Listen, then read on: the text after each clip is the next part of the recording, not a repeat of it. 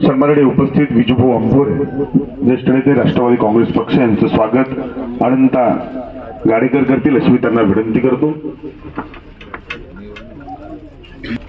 जो यशोदित गाडा ज्या परिवारानं ज्या मातृशक्तीच्या संस्कारानं आखला, व्यवसाय क्षेत्र असेल, सामाजिक क्षेत्र असेल, राजकीय क्षेत्र असेल, या क्षेत्रामध्ये गाडेकर परिवाराचं जे काम आहे त्या परिवाराला दिशा देण्याचं काम स्मृतिशे स्वर्गीय विमलताई माणिकराव गाडेकर यांनी केलं आणि त्यांच्या पुण्यतिथीनिमित्तचा हा सोहळा। त्यानंतर जिल्हा परिषदेचे माजी सभापती सन्माननीय अशोकराव भाऊ पडघाड यांचं स्वागत अशोक गाडेकर करतील अशी मी त्यांना विनंती करतो।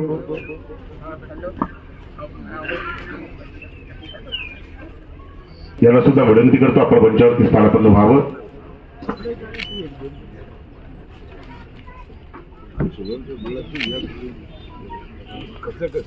नेते सन्माननीय भगवानरावजी काळे साहेब यांचं स्वागत डॉक्टर छायाताई महाजन करतील अशी मी त्यांना विनंती करतो। चढविताळ उपस्थित आदरणीय संजूभाऊ गाडेकर यांची अथंग मित्रत्वाची साथ ज्यांना मिळते, मुंगसाजी अरवण परिवाराचे अध्यक्ष सन्माननीय दीपकभाऊ देशमाळे यांचं स्वागत मोहन मोसंबे करतील अशी मी त्यांना विनंती करतो। अनिल पाटील खेडेकर यांना विनंती आपण मंचावरती स्थानापन्न व्हावं। डॉक्टर विकासजी मिसाळ यांना सुद्धा विनंती आपण मंचावरती स्थानापन्न व्हावं। त्यानंतर चिखली शहर काँग्रेस कमिटीचे कार्याध्यक्ष माजी नगरसेवक निलेशभाऊ अंजनकर यांचं स्वागत बबनराव पांधारे करतील अशी मी त्यांना विनंती करतो। कृषी क्षेत्रामध्ये वावरत असताना शेतकऱ्यांना प्रकल्पाचं मार्गदर्शन यांचं नेहमी लाभतं असे चिखली नगर परिषदेचे माजी नगरसेवक श्री रेणुकादेवी संस्थांचे विश्वस्त कृषीमित्र आदरणीय सचिनभाऊ बोंद्रे यांचं स्वागत या ठिकाणी अनिल गाडेकर करतील अशी मी त्यांना विनंती करतो। पक्ष अजितदादा पवार गटाचे तालुकाध्यक्ष सन्माननीय बाळासाहेब पवार यांचं स्वागत शेख रशीद ग्रामपंचायत सदस्य तेलारा हे करतील अशी मी त्यांना विनंती करतो। उपस्थित सन्माननीय राजूभाऊ जावळे यांचं स्वागत बळीरामजी गाडेकर करतील अशी मी त्यांना विनंती करतो। संघटना बुलढाणा यांना विनंती आपण मंचावरती स्थानापन्न व्हावं। काँग्रेस पक्षाचे शहर अध्यक्ष सन्माननीय रविभाऊ तोडकर यांचं स्वागत या ठिकाणी या कार्यक्रमाच्या निमित्तानं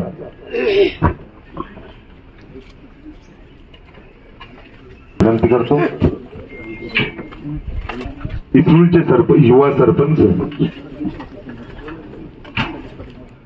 संघटनेचे अध्यक्ष सतीश भुतेकर पाटील यांचं स्वागत अनिलजी गाडेकर करतील अशी मी त्यांना विनंती करतो।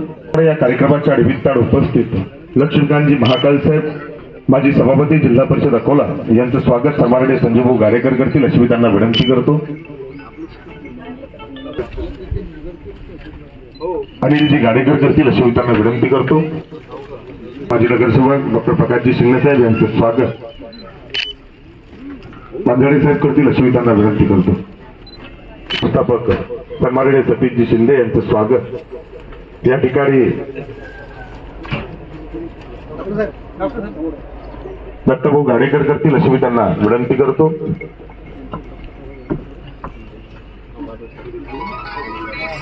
बुलढाणा सरपंच संघटनेच्या अध्यक्ष संध्याताई लवकर यांचं स्वागत या गावच्या प्रथम नागरिक सरपंच किरणताई संजय गाडेकर करतील अशी मी त्यांना विनंती करतो। गायकवाड यांचं स्वागत या ठिकाणी दिलीप गाडेकर करतील अशी मी त्यांना विनंती करतो। त्याचप्रमाणे सन्माननीय डॉक्टर विकासजी मिसाळ सुभाषजी देवडे यांना विनंती करतो आपण स्वागतासाठी समोर यावं। त्यांचं स्वागत या सोहळ्याच्या निमित्तानं अशोक गाडेकर आणि अनंत गाडेकर करतील अशी मी त्यांना विनंती करतो। सन्मानार्थ होऊ घातलेला हा कृतार्थ सोहळा ज्या आईच्या संस्कारातून समाजाचं काही देणं लागतो ही संस्काराची शिदोरी घेऊन हा संबंध गाडेकर परिवार विविध क्षेत्रामध्ये नावलौकिक आहे। कैलासवासी स्वर्गवासी विमलताई माणिकराव गाडेकर यांच्या प्रथम पुण्यतिथी निमित्त या गावच्या प्रवेशद्वारावरच स्वागत कमानीचं लोकार्पण या अगोदर या ठिकाणी मान्यवरांच्या शुभ हस्ते झालेलं आहे। त्याचप्रमाणे ही सरपंच परिषद एक मार्गदर्शन हेतू पुढे त्या ठिकाणी आयोजित झाली। या मातृशक्ती सन्मानार्थ सरपंच परिषदेच्या प्रास्ताविकासाठी मी सन्माननीय राष्ट्रवादी काँग्रेस पक्षाचे नेते सन्माननीय आजच्या कार्यक्रमाच्या आयोजन नियोजनाची जबाबदारी संपूर्ण ज्यांची ज्या आईबद्दल त्यांना कळावं वाटलं असे पुत्र सन्माननीय संजूभाऊ गाडेकर आजच्या या कार्यक्रमाचं प्रास्ताविक करतील अशी मी त्यांना विनंती करतो। सन्माननीय कैलासजी गावंडे विदर्भ ॲग्रोटेक मोताळा यांचं स्वागत अनिलदादा गाडेकर करतील अशी मी त्यांना विनंती करतो।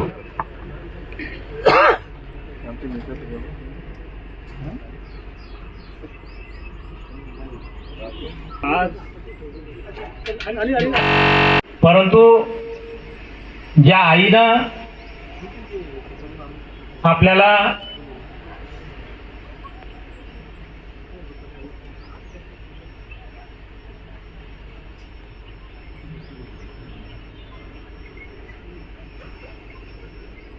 या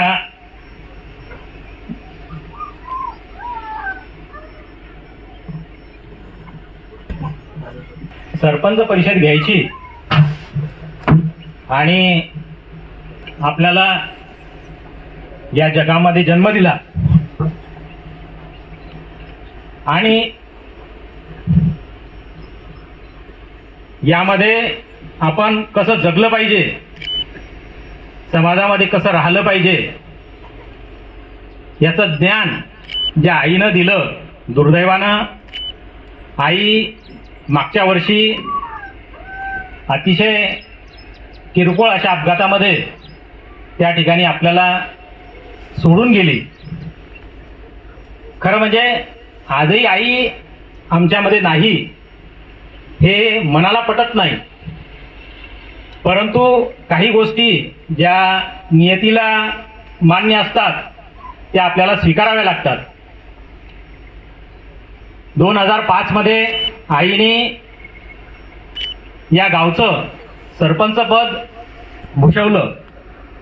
खरं म्हणजे आईचं ज्यावेळेस लग्न होऊन या गावामध्ये आई आली तर त्यावेळेस जी परिस्थिती, गावची परिस्थिती आणि बाबांची परिस्थिती याची माहिती अगोदर वैशालीने या ठिकाणी दिलेली आहे। खरं म्हणजे तेलारा हे गाव महाराष्ट्रातलं एकमेव स्वेच्छा पुनर्वसित गाव आहे। स्वेच्छा पुनर्वसित म्हणजे ज्या गावाला शासनानं पुनर्वसनाच्या नावाखाली कुठलाही निधी दिलेला नाही आणि शासनाच्या कुठल्याही मोबदल्याची अपेक्षा न ठेवता गावकऱ्यांनी स्वतःच्या खर्चाने वसवलेलं हे गाव आहे। आणि या गावाच्या आई 2005 मध्ये सरपंच झाल्या आणि त्यावेळेस या क्लासमध्ये या गावच्या त्या ठिकाणी या गावाचं पुनर्वसन त्या ठिकाणी करण्यात आलं। मागच्या जवळपास 3-4 टर्म पासून या गावचं प्रतिनिधित्व करण्याची संधी गावकऱ्यांनी त्या ठिकाणी आपल्याला दिली आणि त्याचा परिपाक म्हणजे या गावाचा जो विकास करण्याचं काम मागच्या काळामध्ये आपण केलं त्यामध्ये सर्वच तत्कालीन जे लोकप्रतिनिधी आहेत त्यांचं सहकार्य आम्हाला त्या ठिकाणी लाभलं। शिंदे साहेब असतील, रेखाताई खेडेकर असतील, राहुलभाऊ भोंद्रे आहेत आणि आता विद्यमान आमदार श्वेताताई असतील, या सर्वांचं सहकार्य त्या ठिकाणी आम्ही या गावच्या विकासासाठी त्या ठिकाणी घेतलं। खरं म्हणजे गावचा विकास हा केवळ भौतिक विकास हा या ठिकाणी अपेक्षित नाही। गावचा विकास करत असताना सर्वांगीण विकास त्या ठिकाणी झाला पाहिजे, हाच प्रयत्न मागच्या काळामध्ये आमचा या गावामध्ये राहिलेला आहे। खरं म्हणजे आईचे संस्कार किंवा आईची विचारधारा याचाच प्रभाव प्रामुख्यानं आमच्या जीवनावर त्या ठिकाणी राहिलेला आहे। आई ह्या मुळात सत्यशोधक विचारांची निष्ठा, श्रद्धा किंवा अंधश्रद्धा यामधलं जे अंतर आहे छोटंसं, म्हणजे ज्याला वैज्ञानिक दृष्टिकोन ज्याला म्हणता येईल, हा जोपासण्याचं काम आईने आयुष्यभर केलं आणि तीच शिकवण आज आम्ही या ठिकाणी बाळगतोय. या आपल्या महाराष्ट्रामध्ये त्या ठिकाणी निर्माण केलेला आहे. तसाच प्रयत्न मागच्या काही काळामध्ये आम्ही आमच्या गावामध्ये केला आणि तेलारा या गावाला RR आबा सुंदर गाव हा पारितोषिक महाराष्ट्र शासनाच्या वतीनं त्या ठिकाणी देण्यात आलेला आहे आणि 10 लाख रुपयाचं बक्षीस सुद्धा या गावाला त्या ठिकाणी मिळालेलं आहे. त्यामुळं जो काही प्रयत्न गावच्या विकासासाठी किंवा गावाच्या सर्वांगीण विकासासाठी, मी जसं अगोदर सांगितलं की केवळ भौतिक विकास म्हणजे रोड रस्ते हे बनवणं हाच केवळ उद्देश नाही, तर गावाचा सर्वांगीण विकास त्या ठिकाणी झाला पाहिजे हा प्रयत्न आमचा सातत्याने त्या ठिकाणी राहिलेला आहे. आणि या कार्यक्रमाच्या माध्यमातून या ठिकाणी उपस्थित असलेले सर्वच सरपंच असतील, आमचे नातेवाईक मंडळी असतील, आमच्या गाडेकर परिवारावर प्रेम करणारी जी मंडळी असतील, या सर्वांचं या ठिकाणी स्वागत करतो. या ठिकाणी प्रत्येकाचा सन्मान करायचा उद्देश आहे, पण आपल्या कार्यक्रमाचा वेळ आणि पुढचा त्यानंतर जेवणाची वेळ साधण्याकरता थोडासा प्रास्ताविक आणि कार्यक्रमाचं जी भूमिका आहे ती थोडी शॉर्टकट करून आपली रजा घेतो. काँग्रेस कमिटीचे अध्यक्ष, चिखली विधानसभा मतदारसंघाचे माजी आमदार आदरणीय राहुल भाऊ भोंद्रे. अनेक वेळेस त्यांच्याकडे सरपंच पद दिलं आणि त्या माध्यमातून या गावचा विकास करण्याचं अत्यंत महत्वाचं काम या गाडेकर परिवाराने केलंय. सरपंच म्हणून विमलताईंचा देखील त्यात महत्वाचा वाटा आहे. मागच्या वर्षी अत्यंत छोट्या वाटावा असा अपघात झाला आणि त्या छोट्याशा अपघातात त्यांचा दुर्दैवी अंत झाला. आपल्याला त्या सोडून निघून गेल्या आणि आज बघता बघता त्या गोष्टीला वर्ष होत आहे. मी पुन्हा एकदा त्यांना भावपूर्ण अशी आदरांजली अर्पण करतो. आज सरपंच परिषद इथं भरवलेली आहे. या निमित्ताने खरं वेगवेगळे कार्यक्रम घेता येतात. श्रद्धांजलीच्या दृष्टिकोनातून पण गाडेकर परिवाराने असं ठरवलं की त्या सरपंच होत्या आणि म्हणून त्यांना श्रद्धांजली अर्पण करत असताना या कार्यक्रमामध्ये सरपंच परिषद आपण भरवली पाहिजे. आणि सरपंच परिषद भरवत असताना आज पेरे पाटलांना, भास्कररावांना इथं आमंत्रित केलंय. खरं तर मी अत्यंत सातत्याने पेरे पाटलांचे भाषण ऐकतोय, त्यांच्यासोबत मी बसतोय. एक आगळं वेगळं व्यक्तिमत्व, एक अत्यंत हसरं असं व्यक्तिमत्व आणि हसत खेळत आपल्या भावना, आपले विचार इतरांपर्यंत पोहोचवण्याची जी हातोटी त्यांना आहे ती म्हणजे त्याचा उल्लेख करावा तेवढा कमी किंवा कौतुक करावं तेवढं कमी आहे. मला स्वतःला आठवतं की मी नगरपालिकेचा थेट जनतेतून निवडून आलेलो अध्यक्ष जेव्हा झालो तेव्हा आमचा पहिला सत्कार हा देशोन्नतीने घेतला आणि देशोन्नतीने त्या कार्यक्रमासाठी महाराष्ट्रभरातले जे काही नवनिर्वाचित थेट जनतेतून निवडून आलेले अध्यक्ष होते, या अध्यक्षांना त्यांनी बोलावलं. त्यांना मार्गदर्शन करण्यासाठी सुरेशदादा जैन यांना बोलावलं होतं. आणि सुरेशदादा जैन हे नगरपालिका क्षेत्रातले दादा, नाव दादा आणि त्या क्षेत्रातले देखील दादा, आणि प्रचंड अनुभव दादांच्या पाठीशी आणि प्रचंड कर्तृत्व, प्रचंड मोठी शेप दादांनी त्या जळगाव नगरपालिका आणि नंतर ती महानगरपालिका झाली त्यात घेतलेली. आणि दादांनी त्या कार्यक्रमामध्ये जे भाषण केलं, खरं तर त्यांनी सांगितलं मी भाषण करत नाही, मी माझे फक्त अनुभव तुम्हाला सांगतो. आणि त्यांनी जे अनुभव सांगितले ते मी तुम्हाला सांगतो की नगराध्यक्ष झाल्याच्या नंतर तिथून मी ते जे ऐकलं आणि मला 5 वर्ष त्यांचं मार्गदर्शन जे त्यांनी त्या पहिल्या कार्यक्रमात केलं होतं ते मला सातत्याने प्रेरणा देत गेलं आणि खूप चांगलं काम मी त्या निमित्ताने करू शकलो. हे आपापल्या क्षेत्रामध्ये काम करणारे दादा लोक यांचा प्रचंड अनुभव असतो. हे सातत्याने फिरत असतात, सातत्याने अनेक गोष्टी बघत असतात, शिकत असतात आणि त्यांचा एक एक शब्द जो असतो तो लाख मोलाचा शब्द असतो. आणि त्यामुळं निश्चितपणे मी पण म्हणजे मी गावचा सरपंच होऊ शकलो नाही, कारण माझा जन्मच शहरात झालेला असल्यामुळं मी नगरपालिकेचा अध्यक्ष होऊ शकलो, पण मला देखील सरपंच व्हायला आवडलं असतं. आणि मी आता माझं नाव शहरातून काढून ग्रामीण भागामध्ये टाकलेलं आहे. त्याला जळपेपणा म्हणतात.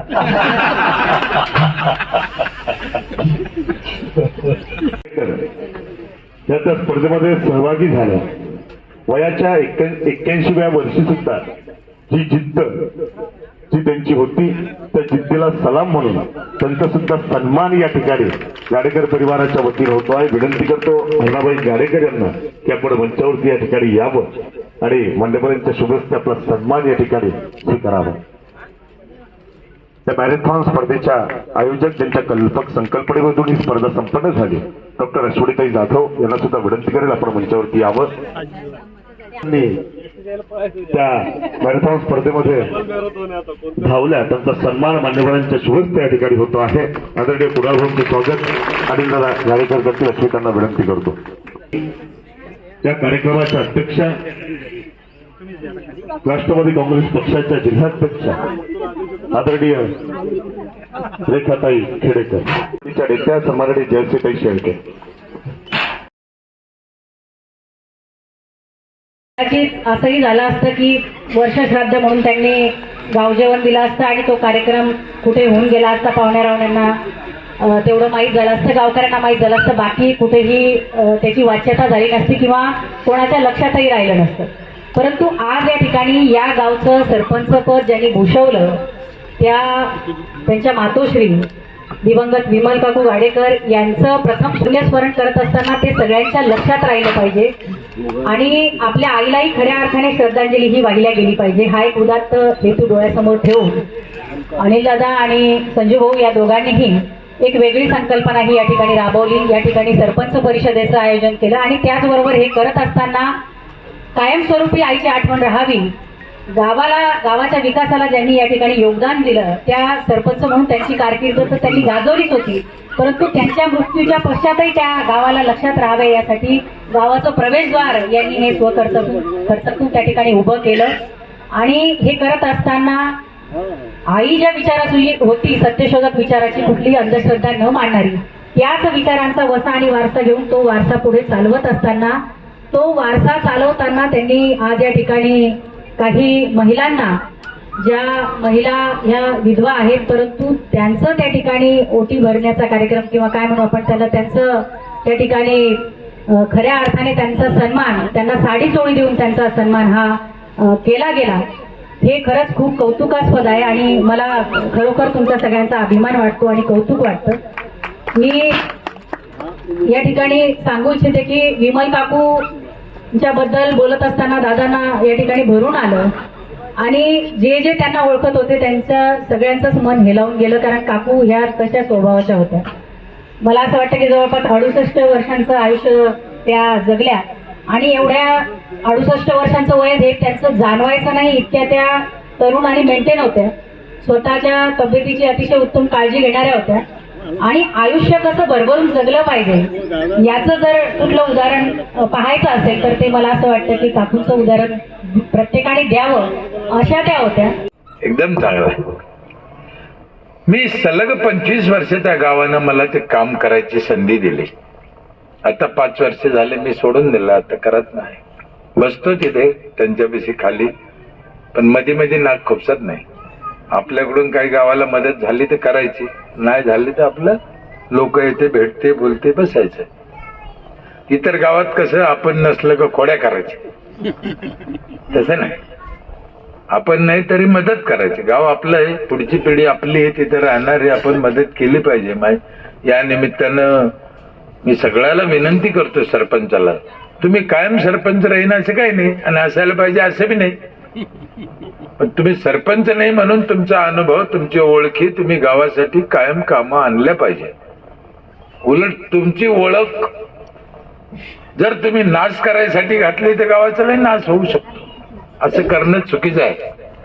त्या 25 वर्षात मला 2 गोष्टी ताई प्रामुख्याने लक्षात आल्या. एक, माणसाचं आयुष्य कमी होऊ राहिलं आणि दुसरं, देशावर कर्ज वाढू राहिलं. माझी सरपंचाला विनंती आहे की बाबा ह्या 2 गोष्टी विचारात घेऊन काम करायचं आपल्याला. 75 वर्षे झाले आपल्याला स्वातंत्र्य मिळून, आयुष्य कमी होऊ राहिलं, कर्ज वाढू राहिलं, मग स्वातंत्र्य मिळून उपयोग काय झाला आपल्याला? स्वातंत्र्याच्या काळात 100 वर्ष जगत होते माणसं पहिले, आता किती जगते? 60-70, म्हणजे 30 वर्ष तर कमी झाले. आणि अजून आपण येड्यावाने राहिलो ना, आणखीन 30 गेलं तर खाली किती राहील? होऊ शकतं ना. जर हाई याच्यात 30 गेलं तर पुढे जायला काय लागतं त्याला? आणि कर्ज वाढू राहिलं, मग नक्की काय उपयोग? कशाने झालं, याला काय करायला पाहिजे? 5-7 गोष्टी तुमच्या पुढे उल्लेख करतो मी. तुमच्या काही लक्षात आलं तर तुम्ही पण करा. मला जे दिसलं ते सांगतो. 1, पाणी स्वच्छ प्या. 2, झाडं भरपूर लावा, फळाचे लावा. 3, पोरांचं शिक्षण चांगलं करा, संस्कारी करा. 4, बाहेरचं खायचं नाही, भेसळ. गावातलं घरचंच खायचं. 5, गावात स्वच्छता ठेवायची, घरात स्वच्छता ठेवायची. 6, म्हाताऱ्या लोकांना जीव लावायचा. म्हणजे कोणाचं म्हातारा असू गावातलं, त्याला गोड बोला, त्याला काय असलं नसलं द्या. हा लागतं काय म्हाताऱ्याला? लय कमी अपेक्षा असते त्यांच्या. म्हाताऱ्याला गोड बोललो तरी त्याचं आयुष्य वाढत. म्हाताऱ्या लोकांना गोड बोला. 7वं एक काम आहे, ते जरा किचकट आहे, ते नाही सांगितलेलं बरं. कारण ते काय कोणी करत नाही, कोणी ऐकत नाही. मग काय सांगून काय उपयोग नाही त्याचे. काय है ना, मी रोज सांगतो पण कोणी ऐकत नाही. हा नाही नाही, ते कामच जरा अवघड आहे. ते सांगू अवघड आहे बा. पण जर तुम्हाला 100 वर्ष जगायचं, तुमचं आयुष्य वाढायचं, तर ते करणं गरजेचं आहे. करीत असले तर सांगतो, करताना ताई दुसऱ्यावर जळायचं नाही.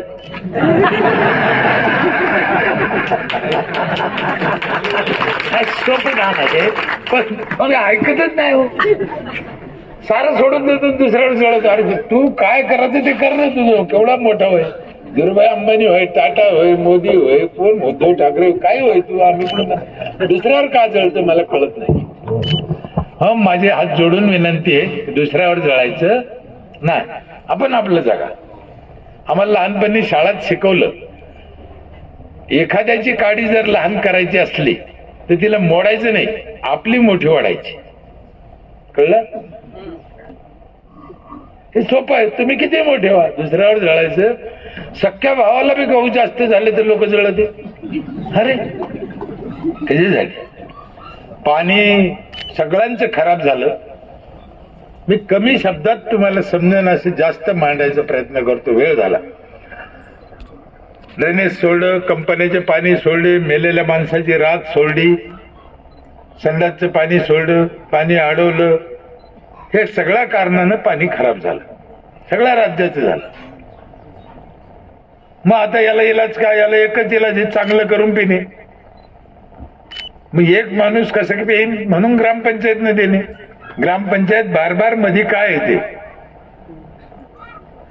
ग्रामपंचायतचं फर्ज आहे, काम आहे ते कसं? आपल्या गावातल्या लोकांना स्वच्छ पाणी दिलं पाहिजे. 4 लिटर पाणी लागतं रोज, पोटात जातं 4 लिटर. सगळ्यात जास्त पोटात पाणी जातं.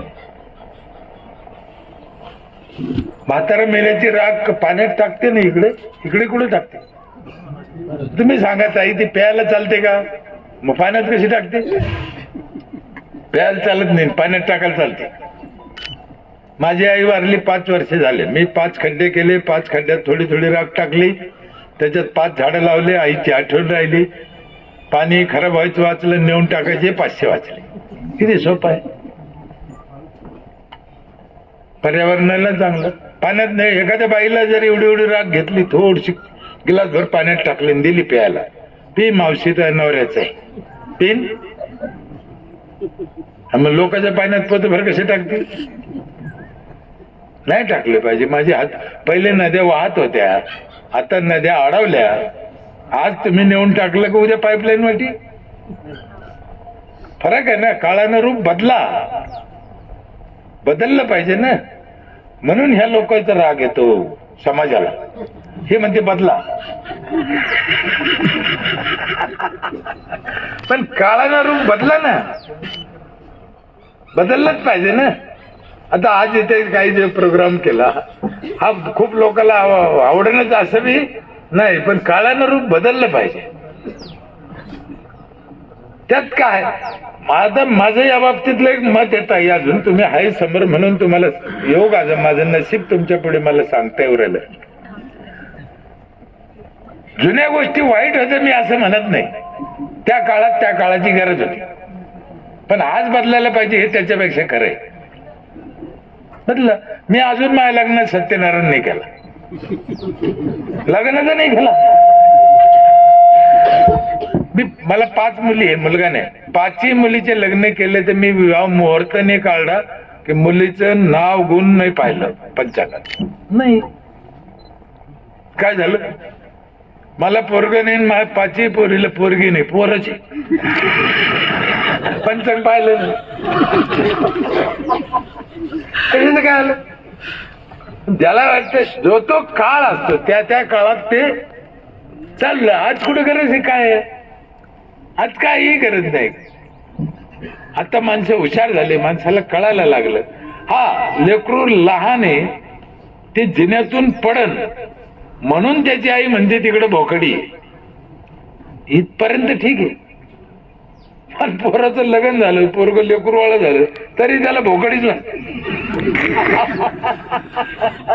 हे मला मान्य नाही. म्हणून आपलं कोणाला नाव नाही ठेवायचं, पण काळानं रूप बदलायला पाहिजे. पहिले सांगितलं काही डोक्यात घालून दिलं. माणूस काही नसलं तरी चालतं जगन, पण ऑक्सिजन नसलं तर जगन का? 2 मिनिटात मरत. आणि तो ऑक्सिजन आपण कशाने घेतो शरीरात? नाकाने. मग नाकाला सगळ्यात जास्त गरज कशाची? ऑक्सिजनची. कोणा बायाच्या डोक्यात घालून दिलं नाकाला सगळ्यात जास्त गरज न तिची, तिनं बी खेळानं भोचकं पाडलं. सांगणारा आराम खोरे. मग जी स्वतःच्या नाकाला छिद्र पाडू शकते ती जमिनीला छिद्र पाडून झाड नसतं लावलं की तिनं? सांगणाऱ्यांनी नीट सांगितलं असतं तर. दोष सांगणारच आहे आणि नाव समाजाला ठेवतो. समाज मूर्ख झाला, समाज बिघडला. समाज नाही बिघडला, सांगणारे बिघडले. माझा ठाम दावा आहे, जे जे समाजाला शिकवते हे सगळे स्वार्थी झाले म्हणून समाज बिघडला. नाही तर समाजाला काही घेणं नाही. तुम्ही काही सांगा ते ऐकत. मन मम म्हणला मम, लाव डोळ्याला पाणी, लावलं डोळ्याला पाणी. का झोपला होता डोळ्यात? समाज ऐक. एवढ्या जणी आल्या इथे लग्नाच्या दिवशी तांब्यात होते काहीतरी दरुजात, त्याला ठोकर मारते नाही येते. ह्यांना विचारा काऊन ठोकरलं? मागच्याने ठोकरलं मग पुढच्याने ठोकरलं. कोणाला काय घेणं नाही त्याच्याशी, काही घेणं नाही. मला राग नाही त्याचा. माझा मुद्दा लक्षात घ्या. कोणीतरी सांगतं, समाज ऐकतो, एवढंच म्हणणं आहे. मग त्याला चांगलं सांगा ना. माझ्या इथे मी लग्नाच्या दिवशी नवरदेव नवरीने एक झाड लावायचं अशी पद्धत चालू केली. मग घरात जायचं, लावते पोरं. काय त्याला एका म्हातारीला राग आला होता. मला म्हणजे मेल्या नवरीला खड्ड करायला लावतो, तुला लाज वाटते का काही? अगं म्हणलं आजी ही नवीन पद्धत आली तिकून गुजरातून, आपल्याकडची नाही. अच्छा काय पद्धत आहे म्हणे? मी म्हणलं पहिल्या दिवशी झाड लावलं तर लेकर बाळ जगत आहे, नाही तर जगतच नाही. असं आहे का म्हणे? म्हातारी माती लुटू लागली. आणि नाही लावले झाड तर नाही जगायची लेकर बाळ. ऑक्सिजन शिवाय जगन कसं? एका माणसाला 4 झाडाचा ऑक्सिजन लागतो. 2000 लोकसंख्या तर 8000 झाड पाहिजे गावात. गावात रानातले नाही. ह्या गोष्टी काम केलं पाहिजे. म्हणून चांगलं पाणी प्या, झाडं भरपूर लावा, फळाचे लावा. झाडाशिवाय पाऊस पडत नाही. झाड हे पावसाची एटीएम आहे. आम्हाला काय शिकेलं? पाऊस नाही पडलं का सप्ताह करा, भजन करा, कावड घेऊन पळा. तो सप्ताह करा, कावड न्या, तुम्ही देवाच्या जवळ बसा, तो विषय वेगळा आहे. पण सप्ताह केल्याने पाऊस पडन हे कधीच शक्य नाही. काळ्या दगडावरची रेग आहे. सप्ताह कशासाठी आहे? 7 दिवस शिकायचं आणि 358 दिवस काम करायचं, याच्यासाठी सप्ताह. त्या 7 दिवसात शिकायचं. तुम्ही 7 दिवस सप्ताह घातलं आणि 8 दिवस पाऊस पडेल असं होईल? होणार नाही, कुठंच नाही. तुम्हाला पुरावा देतो मी. सप्ताह घातल्यानं पाऊस पडला असता तर पाकिस्तानात कधीच पडला नसता. तिथे सप्ताह घालते का पाकिस्तानात? अमेरिकेत सप्ताह घालते का? सप्त्याचा आणि पावसाचा झाडाने पाऊस पडतो. म्हणून जगद्गुरु तुकाराम महाराजांनी सांगितलं, वृक्षवल्ली आम्हा सोयरे वनचरे. झाडाला सोयरे म्हणले. केरळमध्ये का पडतो पाऊस? रत्नागिरीला, कोल्हापूरला का पडतो? 600, 2000, 3000 झाड आहे. आम्हाला काऊन पडेल? काय दुश्मनी आमची देवाची? म्हणून झाडं भरपूर लावा, फळाचे लावा, फळाचे. ज्या गावची लोकसंख्या 2000, नीट सूत्र ध्यानात ठेवा, ज्या गावची लोकसंख्या 2000 तर समजून घ्या तिथं 20,000 झाडाच्या वर झाडं लागू शकते एवढी सरकारी जागा आहे.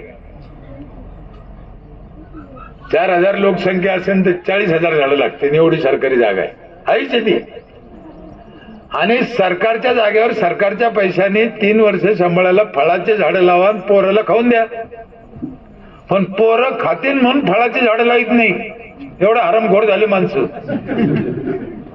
मी एका गावात म्हणलो होतो, इतका जर तुम्हाला पोरायचा राग आहे मग त्या भानगडीतच कशाला गेले? काय गरज पडली होती त्याच्या वाचून? हरामखोर. आपल्या लेकरांना फळं खाल्ले आनंद व्हायला पाहिजे ना. माझ्या इथे यावर्षी ताई 1.5 लाख नारळ निघाले. रस्त्याला लावलेल्या झाडाला 1.5 लाख. खाऊन खाऊन वरते. कोणाच्या दारी पडेल का मिळत नारळाची? तुम्ही कधी या पा. आम्हाला तर रोज हे नारळ पाणी, रोज. काय तर आणि सरकारी जागेवर लावले, सरकारच्या पैशाने लावले. एवढे झाडं लावले म्हणून प्रतिभाताईनं पाठीवर हात टाकला. 25 लाखाचा पुरस्कार दिला. तुम्ही लय चांगलं काम केलं. तेव्हा जयंत पाटील ग्रामविकास मंत्री होते, पर्यावरण विकास मध्ये. मला तर अशी लाज वाटली, काय चांगलं केलं आपण. माझ्या स्मशानभूमीत दरवर्षी 100 ते 125 क्विंटल जांभळं निघते. जांभळं. तुम्ही ध्यान करा, तुम्हाला जांभळं भेटतं का खायला? स्मशानभूमी ना. आमुष्याच्या दिवशी मायला घुसत आहे, तिला भूत नाही दिसत, जांभळं दिसत. लावा ना, लाव. काय तकलीफ आहे तुम्हाला? काय मला कळत नाही प्रॉब्लेम. आणि दरवर्षी आमचे फळाचे झाड वाढत चालले. पेरू आहे, सीताफळ आहे, चिक्कू आहे, आंबे आहे, लिंबुणे आहे, कढीपत्ता आहे. थोडी जागा होती तर आम्ही यंदा शेवगा लावला. अख्खो गाव शेवगा खोरले, 1 एकर भरे. आपण काय विचार करतो, कोणी किती नेन? अरे किती नेन, काय करीन त्याला? किती नेन, काय करीन त्याला? किती शेवगा शेंगा नेन? 2 नेन, 4 नेन, 5 नेन. त्याच्यापेक्षा करीन काय त्याला? पोरांना चांगलं शिकवा आणि विशेष करून मुलीला शिकवा. पोट्टे शिकत नाही, पोरीला शिकून देत नाही. आपलं तर हवत आहे. पोरं शिकत नाही, पोरीला शिकून देत नाही. एकटीला कसं धाडू? मी एका ठिकाणी राग काय बोललो होतो, आपल्याकडे खेड्यात बायाला काय हाजरी आहे? 200 रुपये आणि मास्तरनीला 2000. कारण काय? तिच्या बापाने तिला शिकलं, आपल्याला जळायचं नाही तिच्यावर. आणि आपल्या लेकरं 200. मग आज तुम्ही शाळेत जायला जर तुमच्या मनात शंका येते, नीट ऐका, का पोरीला एकटं कसं पाठवा? मग जेव्हा 200 रुपये रोजानं उसात जाती तेव्हा काय 2-2 पोलीस राहते तिचं?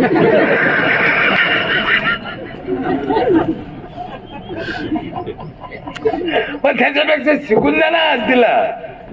आता तरी गुरुजीकडे चालली, चांगल्या ठिकाणी आहे.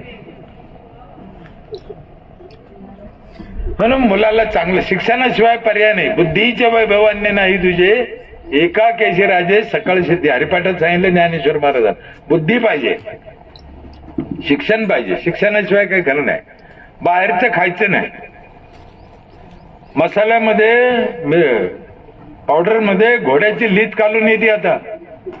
घोड्याची लीद खायची तर खा, म्हणून मग तेलकट मसाले खाल्ले की जळजळ होती बघा. त्याचं कारण ते घोड्याची लीद. दुधात भेसळ. जितकं होईल तितकं गावातलं आणि घरचं खा. 30 रुपयानं दूध नेते, मलाई काढून घेते ना, आणून 50 नाही किती आम्ही घेतो. मग इथंच गावातलं 35 न घ्या ना. हे सगळं सरपंचांना डोक्यावर घेऊन काम करायचं आहे. आता नुसतं रहिवासी दाखलं घरकुलाच्या भानगडीत नाही पडायचं. तेच सिमेंट रोड, तेच गटार, तेच ते नाही. हे सगळं काम सरपंचांना करायचे. तुम्हाला राग नका येऊन देऊ, माफी मागून सांगतो. कोणाला मुलबाळ होऊन द्यायचं का नाही होऊन द्यायचं, गावात किती होऊन द्यायचे हा ठराव सुद्धा सरपंचानं घ्यायचा आहे. आता माझ्या ग्रामपंचायतीचा कालचा ठराव आहे, 1 मुलगा असला तरच घरकुल देऊ, 2 पोरं जर झाले तर घरकुल देणार. म्हणजे तुमचा कारखाना बंद नाही ना, आम्ही का घरकुलच वाटत राहायचे. माही शपथ कालचा ठराव आहे आमचा. अरे किती घरकुल द्यायचे, काही त्याला काही काय आहे का नाही आहे काही. बरं घरकुल तरी ठीक आहे, जागा कुठून देऊ. 2 लाख देऊ बाबा, चल जागे, पण जागा. इथं बरेच सरपंच आहे, यांना माझी विनंती आहे, हे ठराव घ्या. 1 पोरगा असलं, 1 मुलगा 1 मुलगी तर घरकुल देऊ. 2 मुलं झाले की घरकुल देणार. आणि त्याचा फायदा असा होईल, पोराला पोरी बी भेटतात ना. निश्चित पोरं होऊन द्यायचे. पोरी आता कुठे पोरी बिगर लग्नाची हंडते मंदिरापाशी 40-50-100 40-50-100 उभीच राहते. तिकून कोणीतरी येईन, तिकून कोणीतरी येईल ना. सांगायचं काम काय खरं. अहो एक जणाने मुख्यमंत्री एकनाथ शिंदेला व्हिडिओ पाठवला एका पोरांना. व्हिडिओ कॉल, ते आमच्या लग्नाचे काहीतरी करा. आता ते काय घरकुल आहे. मुख्यमंत्री काय करीन, काय करू. तुम्ही आम्ही केलेलं पाप आहे. आणि अजून तरी सुधरा. मुलीला जन्माला येऊ द्या. तर बघा, मी जवळजवळ 50 वर्ष झाले महिलात राहतो. मला महिलाची लय ओळख झाली. माझे वडील वारले तेव्हापासून आईत राहिलो, बायकोत राहिलो, आणि मला मुलीची महिला मी जवळून पाहिलं. पहा ना, काहीच काही आई असो, बायको असो, मुलगी असो, हे जीवनातून जर काढलं तर जीवनात काय उरत नाही. म्हणून साहेबाच्या डोळ्यात आईची आठवण आली तेव्हा पाणी आलं. आई आणि पत्नी हे कल्पनेच्या पलीकडचं आहे विषय, त्याला शब्दच नाही, त्याच्यावर चर्चाही करू नये. माझी बायको, तुम्ही म्हणा निंदा करू राहिला, निंदा नाही करत, मी सत्य सांगतो. मी किती शिकलेला आहे, 7वी. ती माझ्यापेक्षा 7 वर्गानं माग आहे. लग्न झालं तेव्हा तिला बाकीच्या गोष्टी तर सोडा, ताई माफी मागून सांगतो, तिला कपडे घालता येत नव्हते नीट. नाही कळत तिला, 14 वर्षाची, समजत बी नव्हतं तिला. काय स्वयंपाक येत नव्हता, काहीच नाही. कशाच्याच गुणात नव्हती. दिसायचं नाही ना, वाहनात नाही ना, गुणात नाही, कशात नाही. अजूनही काही लय झालं असं काही भाग नाही तो. पण आज मी जर ती घरात नाही दिसली तर मला जमत नाही. मग जाऊ दे ना, ते का खोटं काय नाही ना, तिला माहित आहे ना. तर आम्ही घरी बोल ऐकते, ती ऐकते नाही. म्हणजे मी त्याचा गर्व करू राहिलो ना. मी काय म्हणलो, आज मी ती घरात नाही दिसली तर मला जमत नाही. आणि आता ती जशी पोळी भाजी करते तशी माझ्या 5ही पोरीला येत नाही. हे आपल्या फोनवर पाहते, असं करायचं तसं. फोनवर पाहिल्यानं भाजी चांगली होती का, मूर्ख कुठले. त्याला हातात आणि अंतकरणापासून लागतं तेव्हा भाजी चांगली होती. अंतकरणापासून तुम्ही काय मसाला टाका नका टाकू, मनातून करा, भाजी एकदम भारी. म्हाताऱ्या लोकांना जीव लावा. ईर्ष्या करू नका, जळजळ करू नका. ग्रामपंचायतीने जर हे करायचं तर ग्रामपंचायतकडे पैसा पाहिजे. लोकांकडून पैसा घ्या, सरकार पैसे देतं, त्याच्यात गाव चालवा, भागवा. माझ्या गावचं गणित मांडतो मी तुम्हाला 5 मिनिटात. 800 घर आहे, एका घराकडून 5,000 रुपये घेतो मी. एका घराकडून 800 घराचे 40 लाख जमा होते ताई. माझा खर्च आहे 32 लाख वर्षाचा, 8 लाख मला नफा आहे आणि सरकार देते 40 लाख नवीन कामाला, ते वेगळे. किती पैसे पाहिजे मला? आतापर्यंत जवळजवळ 4 कोटी रुपयाचे पुरस्कार मिळाले गावाला. लोकांना असं वाटतं आम्हाला MIDC जवळ, MIDC आमचा काही संबंध नाही. जे बी आमच्या गावानं केलं कष्टावर केलं. 30 वर्षापूर्वी माझ्या गावाने महाराष्ट्र जालना ग्रामीण बँकेचे 400 लोकांना 5-5 हजार रुपये कर्ज काढलं होतं. 400 घरानं संडास बांधायला. मला असं वाटतं बँकेचं कर्ज काढून संडास बांधणारं माझं पहिलं गाव असं.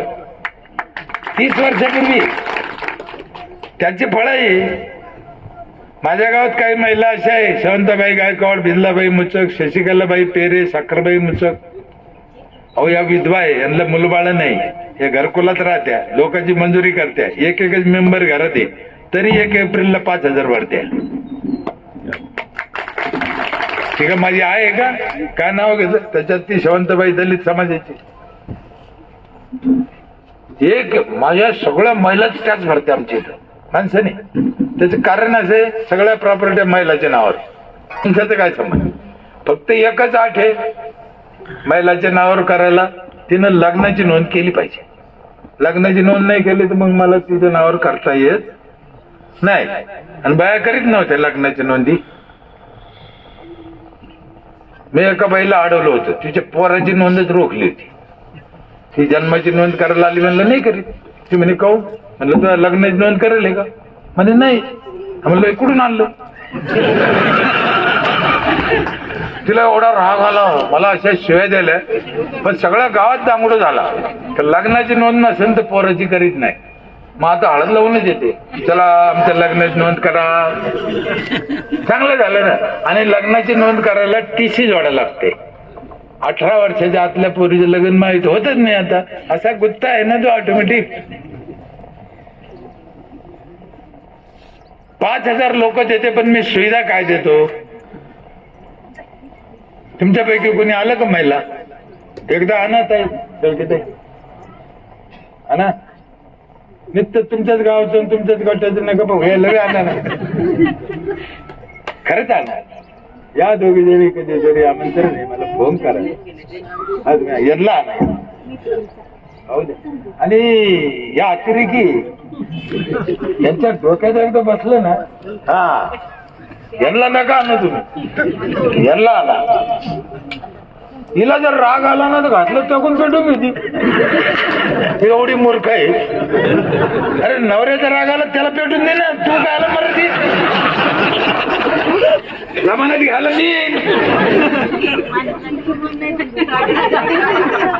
नाही. स्वतःवर का राग राखेल टाकत ते चांगलं आहे का? तुम्ही सांगा. लेकर बाळ उन्हात सोडायचे, ते आरामखोर दहाव्याला दुसरी पाहतो.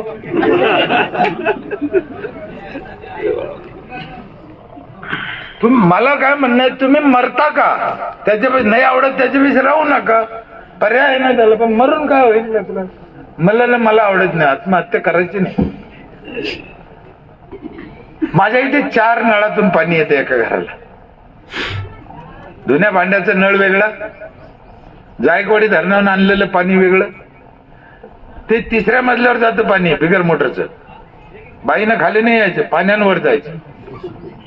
3रं पाणी 20 लिटरचा जार एका घराला रोज. एक कोणत्याच पाण्याला पैसे लागत नाही. 20 लिटरचा जार केवढ्याला येतो? साधारण 10 रुपये. महिन्याचे किती झाले? 300. वर्षाचे 3600. मग घेतले किती? बाकीचे 3 पाणी.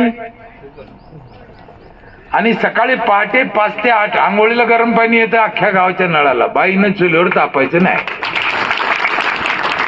नवरा म्हणला मला आंघोळ करायची, बाईच्या नळाकडे बोट करते, तो नळन तू करशील कर, तरच मर.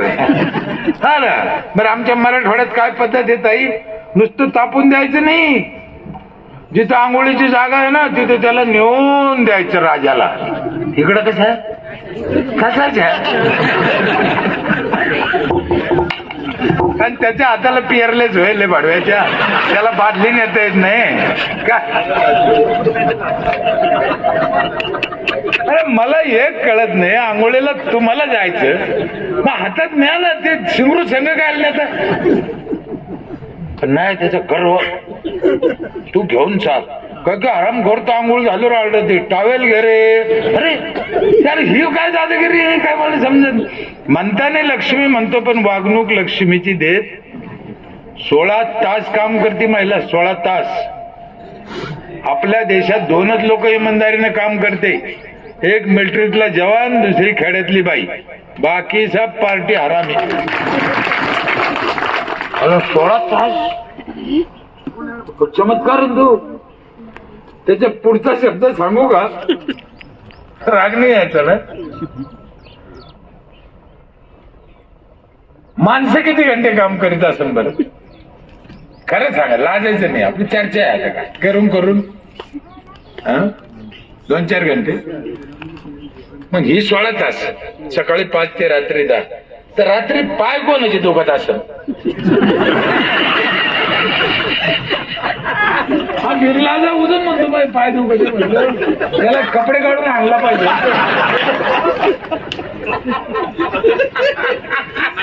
तो दुखत येत, मग तिचे किती दुखत असेल? मी का मानतो हा विचार आपण एकमेकाला समजूनच घेईना. आम्हाला साने गुरुजीने काय सांगितलं, खरा तो एकच धर्म जगाला प्रेम अर्प. एकमेकाला घेऊन चाला ना तुम्ही, दुसऱ्याचं दुःख समजा, एकमेकाला मदत करा. माझ खरं, मीच राजा, मीच बसून खाईन, मीच आयते करीन, मीच पाय दावा. अरे हे काय का आराम करतो. 200-300 रुपये कमवलेल्या बाई कुठून 50 रुपये घेऊन दारू पिते. सरपंच कसं काय सहन करतो मला कळत नाही. सरपंचाची जिम्मेदारी आहे साहेब, हे रोखलं पाहिजे. केवढा अत्याचार हे 1000 कोटीच्या भ्रष्टाचारापेक्षा बी मोठा घोटाळा आपण त्याचा विचार करत नाही. आमची एक पिठाची गिरणी आहे, वर्षभर दळण फुकट, किती दळून द्या. पंचायतची, आमचं म्हणजे पंचायत, मला तर काहीच नाही. तुम्ही हिशोब करा, 5000 तुम्हाला काय काय मिळू राहिलं. लोक पैसे भरते की नाही? अजून एक योजना आहे ताई आमची, जी बाई 1 एप्रिलला पैसे भरती, पहिली पावती तिच्या हाताने 15 ऑगस्टचे झेंडा उडतात. सरपंच नाही करीत झेंडा उडतात आमचे. दुसरी पावती 26 जानेवारी, तिसरी पावती 1 मे, चौथी पावती 17 सप्टेंबर. असं महिला मार्च महिन्यात झोपत नाही. ग्रामसेवकाच्या थोडं 5000चे बंडल, हे घे चल पहिली पावती पाठ. आम्ही 10 मसनी घेतल्या, छोट्या छोट्या मसनी आमच्या, धान्य तुमचं, मसनी फुकट. तुम्ही चांगलं करून न्या, खा, 2 पैसे बी वाचन, शुद्ध खायला मिळत. मसनी कशाची आहे? शेवाय करा, पापड करा, बटाटा चिप्स करा, बटाटा चिवडा करा, हळद पावडर करा, धने पावडर करा, मिरची पावडर करा, गोड तेल करा, ऊसाचा रस काढा. हे सगळं मसनी फुकट आहे. तुम्ही तुमचे शेंगदाणे आणा, तेल काढून न्या, मिरच्या आणा, पावडर करा, सगळ्या प्रकारच्या डाळी करून न्या, फुकट, 1 रुपया खर्च नाही. काय पाहिजे? माझ्या ग्रामपंचायत मध्ये 38 म्हाताऱ्याला रोज जेवण आहे. गावातल्या ज्यांना मुलं बाळ नाही, गरीब आहे, निराधार आहे, 38 म्हाताऱ्याला जेवण आहे. हे काय सरकारने सांगितलं का मला? नाही, आपल्या गावचं आपण ठरवायचं. सगळं सरपंचानंच करायचं सगळं, आणि करू शकतो तो, काय अडचण नाही. लोकांकडे पैसे, लोक पैसे द्यायला तयार आहे, सरकार पैसे देतं. बरं, सरकारच्या योजना बी एवढ्या आहेत त्याचा अंदाज नाही हो. कशाला बी योजना आहे. तुम्ही समाज मंदिर बांधा, तुम्ही आरोग्य केंद्र बांधा, शाळा बांधा, अंगणवाडी बांधा, संडास बांधा, घरकुल बांधा, रोड करा, धरण करा, पाटबंधारे करा, काही करा ना, सरकारची योजना आहे ना. सरकार काय फुकट देतं असं काही प्रकार नाही, पण आहे ना. तुम्ही तुमच्या गावासाठी हे करा ना.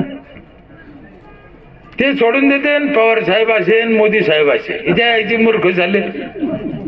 पवार साहेब, मोदी साहेब तुम्हाला उभ्या आयुष्यात कळणार आहे का?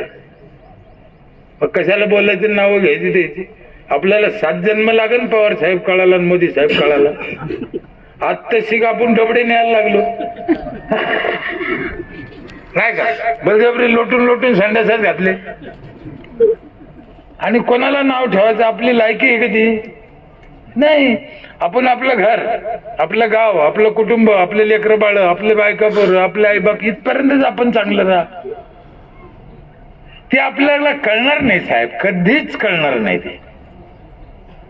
आणि कशाला डोक्याला ताण करून घ्यायचं आणि आपलं आयुष्य गमून बसायचं. ते चांगलं आहे का वाईट आहे त्यांचं त्यांना.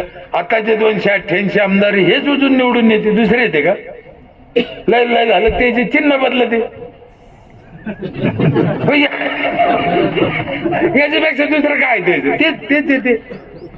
इकडून नाही जमलं तिकडे चालले, तिकडून नाही. आता सध्या तर लई चांगलं आहे.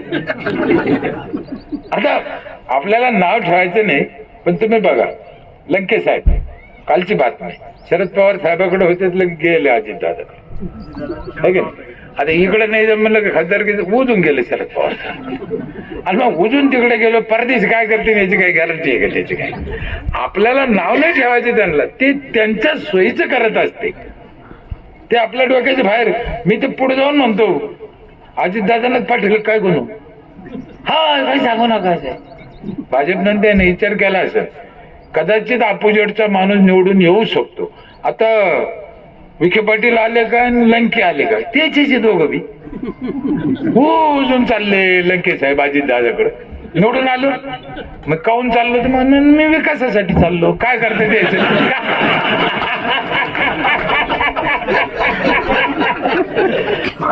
म्हणून आपण डोकं न लावलेलं त्यांचं त्यांना लखलाव. आपण फक्त आपलं गाव सुधरा. 700 वर्षापूर्वी ज्ञानेश्वर महाराजांनी आम्हाला सांगितलं आपुली आपण करा सोडू नको. तुकडोजी महाराजांनी काय सांगितलं, कशाला फिरतो व्यर्थ, तुझं गावच नाही का तीर्थ. किती सोपं सांगितलं हो आम्हाला. चांगलं जगा. कचरा लोकांच्या घरून आणतो आम्ही, त्याचं गांडूळ खत करतो. प्लास्टिक वेगळं घेतो, लोक प्लास्टिक वेगळं देत नाही. आणि आम्ही कचरा कुठे टाकायला नाही लायचा, दर घरून जाऊन आणतो आम्ही. बकेट आमच्या, पिशव्या आमच्याच, त्या बाईनं घरीच ठेवायचं. प्लास्टिक एकत्र करीत होते लोक, वेगळं ठेवत नव्हते. मग आता आम्ही 2 वर्षानं काय केलं, 15 रुपये किलोनं प्लास्टिक विकत घेतो त्या बाईकडून. बाजूला ठेवलं एक तुकडा खालीच नाही. आता बाय एवढं हुशार झालं, तिचं तर ठेवतीच. पण शेजारीन गावाला गेली तर तिचं बी उचलून ठेवती. 15 रुपये किलो आहे ना. किती सोपं आहे. म्हातारे कोतारे जर ग्रामपंचायत मध्ये आलं चिडचिड करतं एखादं म्हातारं, सरपंच कुठे गेला, ग्रामसेवक कुठे गेला, मला कागद लागतो, मला भूक लागली, मला लवकर जायचं. मी पाहिले म्हातारे चिडचिड करते. काय करा, आता 3 मशनी आणल्या आम्ही ग्रामपंचायत मध्ये ठेवल्या वृद्धासाठी. बाबा आले की त्या खुर्चीवर बसायचे आणि त्याचे दोन्ही पाय त्या मशनीत घालून द्यायचे. खुर्ची पुढेच मशीन राहते, बटन दाबून द्यायचे. त्या मशनी बाबाची मालिश करतात. बाबा उठतच नाही. दम्मानं होऊन द्या, कधी येईन सरपंच, आपलंच आहे असं खाली पाय दाबून भेटते त्याला. ह्या लोकांना नादी लावून यायचं, करून घ्यायचं. असं समजा आपल्या गावातले लोक माती खाते, मग त्याला समजीन कोण, त्याचं नाद कोण मोडीन. हे काम सरपंचच आहे. संपूर्ण गावच्या महिलाला वर्षभर सॅनिटरी नॅपकिन फ्री आहे. अख्ख्या गावाला वायफाय फ्री आहे. 5,000चा हिशोब सांगतो मी तुम्हाला. आणि तरी माझी ग्रामपंचायत नफ्यात आहे. शेती करायला ट्रॅक्टर आहे आमचा. 30% सबसिडी शेतकऱ्याला माझ्या गावात नांगराय मोगड्याला.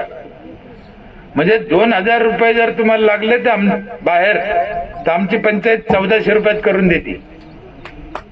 ट्रॅक्टर आमचा, डिझेल आमचे, ड्रायव्हर आमचा.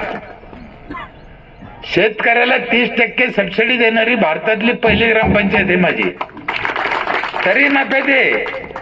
सरकार केव्हा मदत करीन आणि केव्हा येईन आणि काय करीन.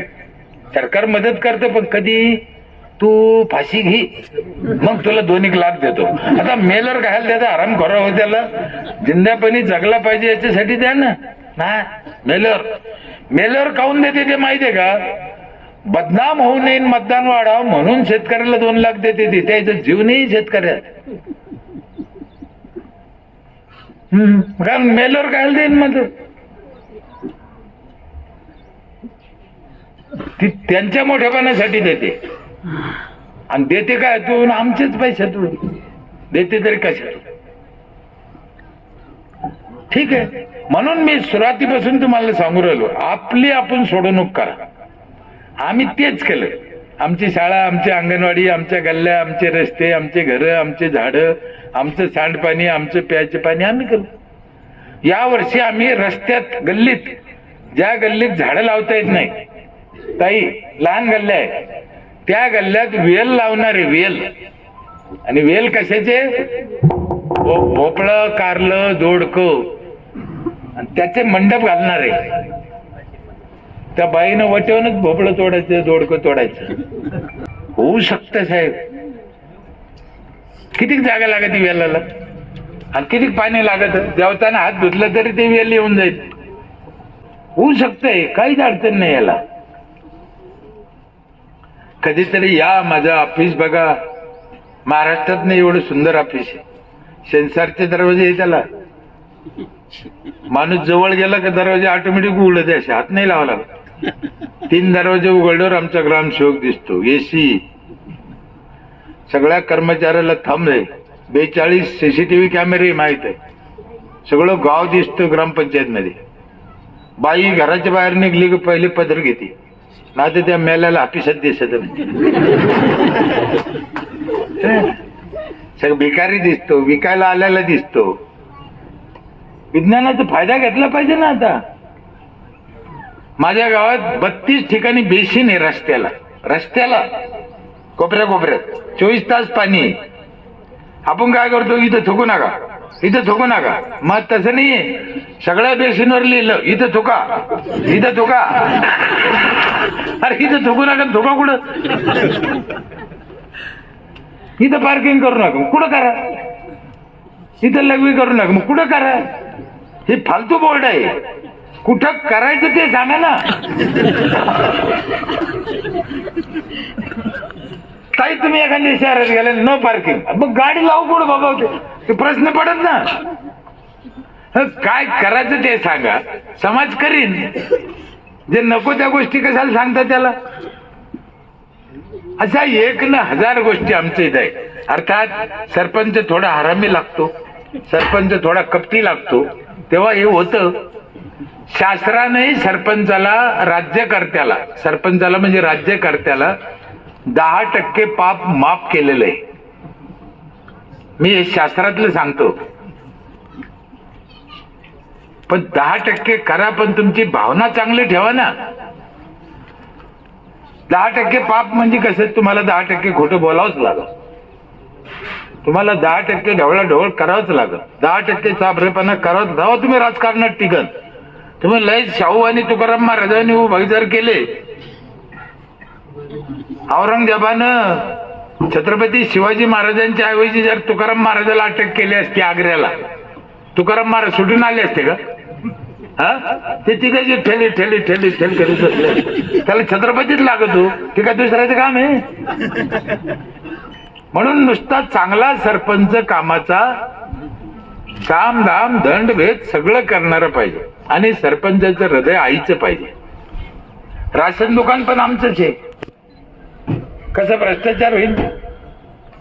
उद्योग करा, पेट्रोल पंप टाका, किराणा दुकान टाका, कपड्याचं दुकान टाका. मी तर म्हणतो दारूचं लायसन घ्या. 2 पैसे पंचायतला येईन तर मी लोकांना सुविधा देईन ना. त्यात काय? आता आम्ही लायसन काढलं पुढचं, म्हणजे पीठ विकायचं, मसाले विकायचे, पॅकिंग करून आमच्या पंचायतच्या नावानं. कमसने आमच्या पैसे आईच. उद्योग करा ना.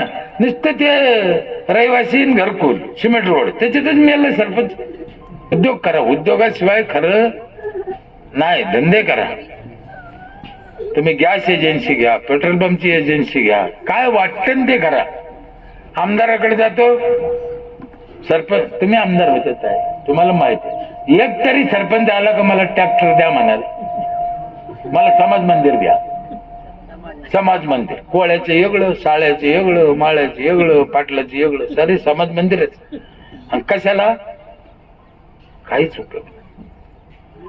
जर 10 लाखाचा ट्रॅक्टर यांना निधी द्यायचाच आहे कोणाला तरी कसा तरी, मग 10 लाखाचा ट्रॅक्टर घेतला असता तर गावाची शेती झाली असती ना.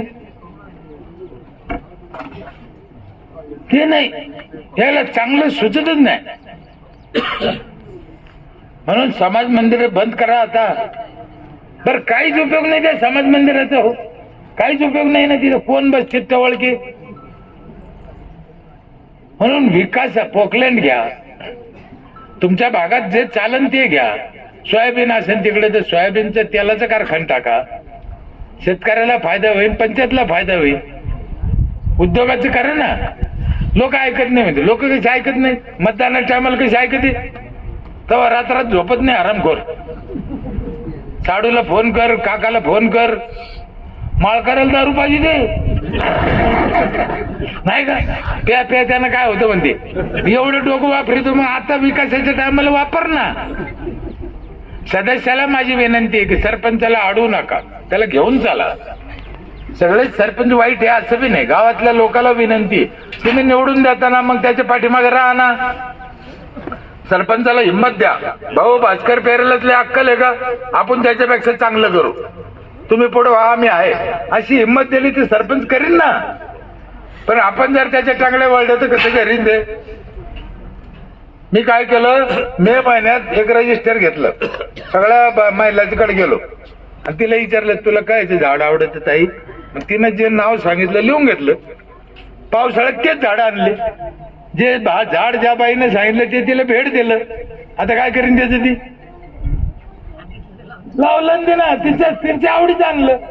माय आवडीचं आणले असते, तिला म्हणलं असतं सरकारी योजना आहे, ती म्हणली असते वाट्याची खाली उतर. तिच्या आवडीचे दिले. सांगणाराचं डोकं खा. शिवरात्रीच्या दिवशी महादेवाला काय आवडतं, बेल आवडत. मग खरंच सांगा, इथं बसलेल्या पैकी किती जणांना महादेवाला बेल व्हायला आणि किती जणांना शिवरात्रीच्या दिवशी बेल लावला. लावला कोणाच नाही, वरबडून घेतला. महादेवाला आवडत तर मग वरबडून घ्यायचा का. सांगणाऱ्याचं डोकं खराब आहे ना. तीर्थक्षेत्राच्या ठिकाणाहून प्रसाद म्हणून रोप वाटा. महिला डोक्यावर नेते नाचत. शिर्डी असन, शेगाव असन, पंढरपूर असन, भगवानगड असन, पंढरपूर, इथून प्रसाद म्हणून रोप वाटा ना. लोक नेते लावतील ना, आणि पैसे घ्या त्याचे, फुकट बी नका देऊ. डोकं वापरा डोकं. एकदा वट सावित्री पौर्णिमेला वड लावायला लावली होती बायाला. मला एकदम ध्यान आलं, वट सावित्री पौर्णिमा आहे, बायाला वड आवडते. मान आपण ग्रामसेवक मला म्हणे साहेब तुमचं डोकं खराब झालं का, वड कुठं लावता, वडाला लई जागा. म्हणलं लावायचे नाही, वाटून द्यायचे. पण ते म्हणे महिला लाईन कुठं. म्हणलं तू काऊन टेन्शन घेतो, आपल्याला तिला भेट द्यायची, ती बाईन कुठं लावायचं. आता सरपंच सांगायचं म्हणून आणलं त्याला. नर्सरीत याला फोन केला, मला म्हणे साहेब 70 रुपये. म्हणलं आण तेवढे. सत्य घटना येत आहे. 70 रुपये आणले, ग्रामपंचायत मध्ये ठेवले. दुसऱ्या दिवशी वट सावित्री पौर्णिमा. माझ्याकडे लाऊडस्पीकर आहे असं दौंडी द्यायला. 18 लाऊडस्पीकर आहे. किती, 3 वार्डात 18 लाऊडस्पीकर आहे. दर घरात आवाज जातो स्पष्ट. शिपायाला दौंडी लिहून दिली. म्हणलं एवढी दौंडी सांग. दौंडी काय होती तुम्हाला सांगतो. ग्रामपंचायतीने वडाचे रोप आणलेले गावातल्या महिलाला मोफत द्यायचे. ज्यांना पाहिजे असेल त्यांनी घेऊन जा. उद्या पवित्र असा सण आहे वट सावित्री पौर्णिमेचा. आणि वट सावित्री पौर्णिमेला वडाची पूजा करणं लय पुण्याचं काम. दौंडीत सांगत होतं, लिहून द्या. पण ज्या महिलेला पाहिजे तिने घेऊन जा, मोफत आहे. वट सावित्री पौर्णिमेला वडाची पूजा करणं लय पुण्याचं काम आहे. पण आपले आपले वड पूजा, दुसऱ्याचे वड पूजू नका. महिला पळत आल्या, आमचा वड द्या, आमचा वड द्या, आमचं. 70 वड भस्कन गेले. डोकं वापरा ना तुम्ही काहीतरी. बाकीच्या महिला म्हणे आमचे वड. म्हणलं तुमचे वड मला काय माहिती, एवढे झाले. आणि इथे बसल्या माता भगिनी, तुम्हाला माझी हात जोडून विनंती आहे, वडाला जागा लागते हे डोक्यातून काढा तुम्ही. तुळशीला जागा लागते का, तुळशीला नाही, मग वडाला कशी लागत? एकीकडून तुळस एकीकडून वड लावा ना, किती सोपं आहे. आणि करा पूजा. किती वेळ दिवस राहतो वड? कुंडीत लावायचं, कुंडीत. आणि वडाच्या झाडाचे लय फायदे. ऑक्सिजन रात्रंदिवस सोडतो. सत्यवान म्हणून जिवंत झाला होता. म्हणून वडाचं झाड कुठे लावायचं? दारी लावायचं. त्याच्यात सगळ्यात मोठा फायदा सांगू का? शक्यत आहे सांगू? लय भारी फायदा आहे. हा, लयच भारी आहे. हा ना, कुंडीत जर वड लावला ना दारी, तर आपला वड आपल्या डोळ्यापुढे राहतो.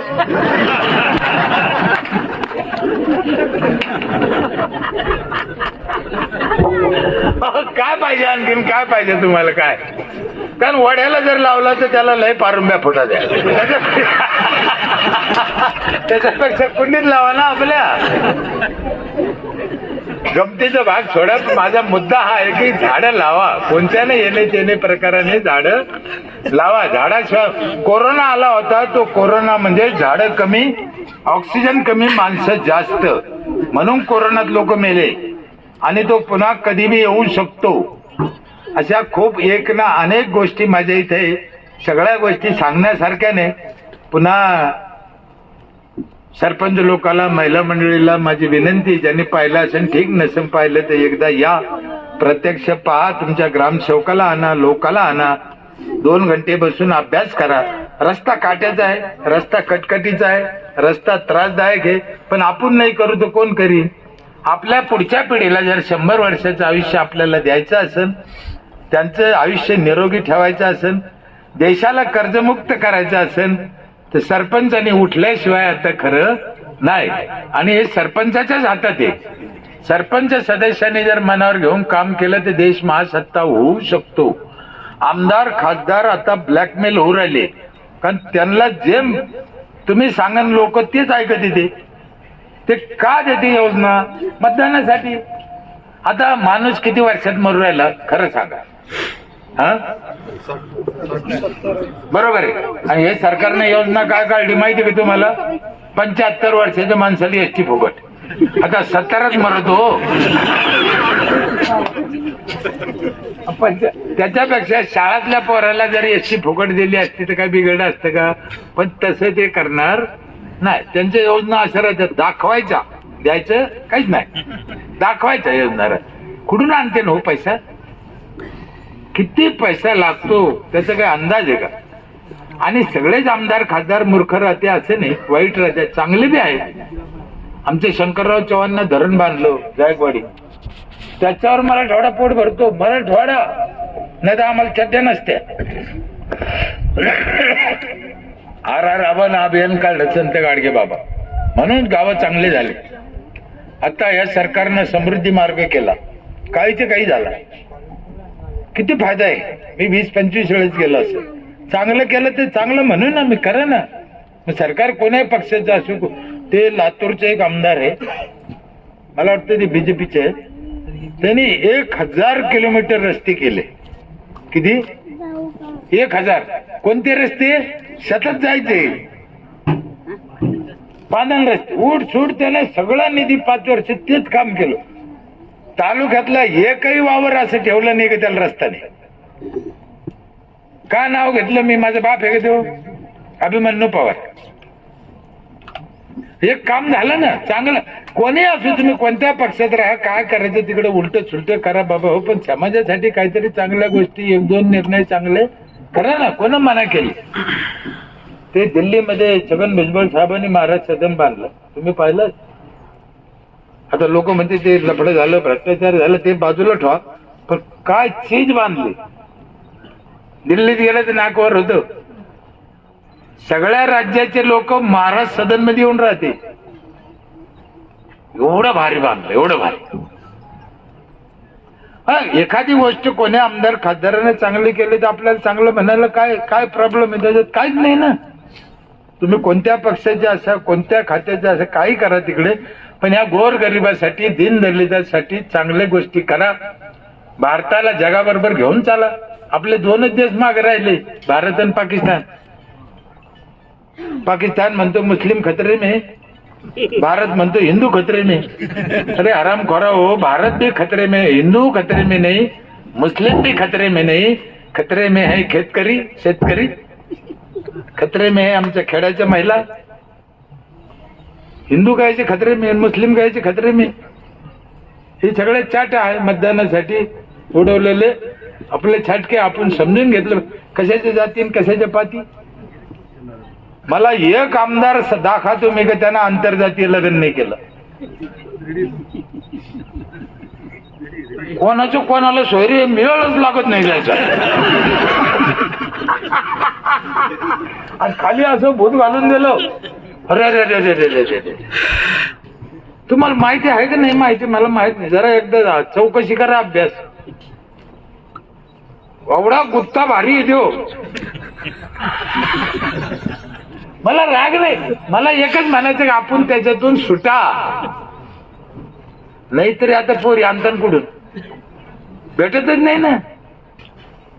दर गावात प्रॉब्लेम झाले, म्हणून सरपंचाने ह्या सगळ्या गोष्टीचा विचार करा। शेताला रस्ते करा, गाव बागायत करा, सोच खड्ड्याशिवाय पाणी जिरवा, पाणी अडवा जिरवा। हे उन्हानं 95% पाणी आपण नाश करतो रोज। आंघोळीला 20 लिटर घेतलं, आंघोळीला किती चिटकत?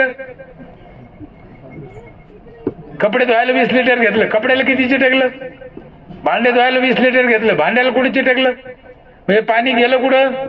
हे रस्त्यावर पडलं, आळ्या झाल्या, मच्छर झाले, उन्हानं तापलं, बाष्पीभवन झालं, वर गेलं, पाऊस तयार झाला। हा नियम आहे। पण बुलढाणा जिल्ह्यातून वर गेलेलं पाणी पुन्हा बुलढाण्यात पडेल याची काय गॅरंटी? ते रत्नागिरीला जाऊन पडलं, तिकडे जाऊन पडलं, तिकडे झाड आहे म्हणून पडलं। मग जर तुम्ही इथं सोस खाट्यात जिरवलं असतं तर रत्नागिरीला गेलं असतं का? म्हणून पाणी जपून वापरा, त्याची काळजी घ्या। जपून वापरा म्हणजे वापरायचं नाही असं नाही, वापरलं का जमिनीत गाडा। काळानं रूप बदला। आता हे काही लोकात पुरायचंय मेल्यावर, कवर पुरतान, जागा कुठून आणतान? जाळण्याचे साहेब नाही, तुम्ही म्हणलं आमची परंपरा पुरायचीच आहे, मग का पहिले उकरून काढी दा जागा आणून कुठं? हे आज जरी ऐकायला विचित्र वाटलं, पण उद्या काय? म्हणून प्रथा जुन्या काळात होत्या त्या ठीक आहे, पण आता काळानं रूप सगळ्यांना विचार केला पाहिजे। हिंदू मुस्लिम शीख ईसाई काँग्रेस राष्ट्रवादी भाजप शिवसेना सगळ्यांनी मिळून हातात हात घातले पाहिजे। खेड्यातल्या लोकांना शेतकऱ्याला जीव लावला पाहिजे, सरपंचांना विचार करून काम केलं पाहिजे, तर देशाला महासत्ता व्हायपासून कोणी रोखू शकत नाही। आमचे अब्दुल कलाम साहेब, डॉक्टर बाबासाहेब आंबेडकर, महात्मा गांधी असतील, लोकमान्य टिळक असतील, सावरकर साहेब असतील, यांचं स्वप्न पूर्ण करायसाठी सरपंचाला मी कळकळीची हात जोडून पाय पडून विनंती करतो की बाबा रे, पुढच्या वेळेस निवडून यासाठी 5 वर्षे काम करू नको, गावाचं आणि देशाचं भलं कसं होईल याच्यासाठी 5 वर्षे काम कर। परमेश्वर गावातले लोक तुझ्या पाठीमागे उभं राहतील, पर्यायाने गाव देश चांगला होईल अशी आपण आशा करू। पुन्हा एकदा विमलताईला मी माझ्या वतीनं स्मरण करतो, श्रद्धांजली अर्पण करतो। आणि असं अचानक आघाती जाणं कुणाच्याही घरात असो तसं योग्य नसतं, पण शेवटी नशिबापुढे काय म्हणते ते कोणाचं काही चालत नाही। पण आलेल्या परिस्थितीचंही सोनं करून घ्यायचं किंवा त्याच्यातूनही काही चांगलं करता येईल ही ज्याचं विवेक जागी आहे, अशाच लोकांच्या अशाच कुटुंबातून हे घडतं आणि या परिवारांनी ते करण्याचा प्रयत्न केला। मी पुन्हा त्यांचे मनापासून आभार मानतो। इथंच थांबतो। जय हिंद, जय महाराष्ट्र। शाहू फुले आंबेडकर विचारसरणीच्या प्रवक्त्या आमच्या भगिनी आदरणीय जयश्रीताई शेळके, मंचावरील सर्वच मान्यवर त्यांच्या या ठिकाणी सरपंच सन्मान चिन्ह देऊन या ठिकाणी स्वागत करतील अशी मी त्यांना विनंती करतो। या ठिकाणी सरपंच सन्मान चिन्ह देऊन सरपंच बांधवांना सन्मानित करण्यात येत आहे। स्वर्गीय विमलताई माणिकरावजी गाडेकर यांचं आज प्रथम पुण्यस्मृती असा हा दिवस आहे। या दिवसाच्या माध्यमाने सर्वप्रथम मी त्यांना आदरांजली व्यक्त करते। आजच्या या कार्यक्रमाच्या निमित्ताने विमलताईंचं जे काही जीवनचक्र आहे हे समाजापुढे मांडल्या गेल्या। त्या एक केवळ आई म्हणून नाही तर एक राजकीय जीवनामध्ये गावाचे सरपंच म्हणूनही त्यांनी कार्यभार सांभाळलेला आहे. गावाच्या लोकांनाही त्यांनी त्याच प्रेमाने वागवलेलं आहे आणि त्यामुळे अशा या महिलांच्या बद्दल जी काही माहिती आहे अशा या कार्यक्रमाच्या माध्यमाने देण्याचा प्रयत्न झालेला आहे. आणि म्हणून मी सर्वप्रथम गाडेकर कुटुंबियांचीही मनापासून त्यांचं अभिनंदन करेल की एक सामाजिक कार्यक्रम, साधं प्रथम पुण्यस्मृती आहे किंवा त्याला आपण वर्षश्राद्ध म्हणतो, अशा या कार्यक्रमामध्ये केवळ लोकांना बोलवून जेवू घालून हे कार्यक्रम त्यांना करता आलं असतं. परंतु विमलताई स्वतः सत्यशोधक वृत्तीचे आहे आणि त्यामुळे त्यांच्या या पुण्यतिथीच्या निमित्ताने त्यांच्या कुटुंबियांनी सुद्धा सत्यशोधक वृत्तीमध्ये काम करत असताना वर्षश्राद्धाच्या दिवशी सुद्धा समाजोपयोगी कार्यक्रम कसं केलं पाहिजे हे दाखवलेलं आहे. मला आताच माहिती मिळाली की जे भास्कररावजी पेरे पाटील यांनी लोकांना आव्हान केलं की झाडं लावा, तर याच पद्धतीने या गाडेकर कुटुंबियांनी सुद्धा काहींची संपूर्ण राख इथे खड्डा करून हे आपल्या समोर जे चित्र दिसतंय त्याच्यामध्ये टाकून आणि झाड लावलेलं आहे. यातूनच त्यांची जी सत्यशोधक वृत्ती आहे ती आपल्या लक्षात येते.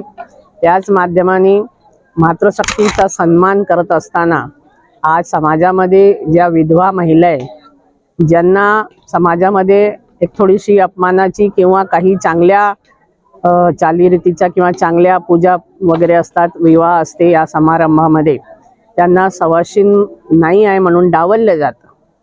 परंतु आजच्या या कार्यक्रमाच्या निमित्ताने संजूभाऊ गाडेकर यांनी समाजातील ज्या आमच्या विधवा भगिनी आहे त्यांचाही साडी चोळी देऊन इथे त्यांनाही सन्मान दिलेला आहे. म्हणून अशा या उपक्रमाच्या माध्यमाने आणि एक सरपंच परिषद, त्यात ताई स्वतः सरपंच होते म्हणून सरपंच परिषद घेऊन त्या माध्यमानेही समाजामध्ये जागृतीचं काम जो गाडेकर कुटुंबियांनी केलेलं आहे त्यामध्ये संजयजी गाडेकर यांचं मोठं वाटा आहे. आणि म्हणून असे प्रकारचे कार्यक्रम समाजाने आयोजित केले पाहिजे ही भावना इथून तयार होऊन समाजामध्ये जावी अशी मी आपल्या सर्वांना आव्हान करते. धन्यवाद.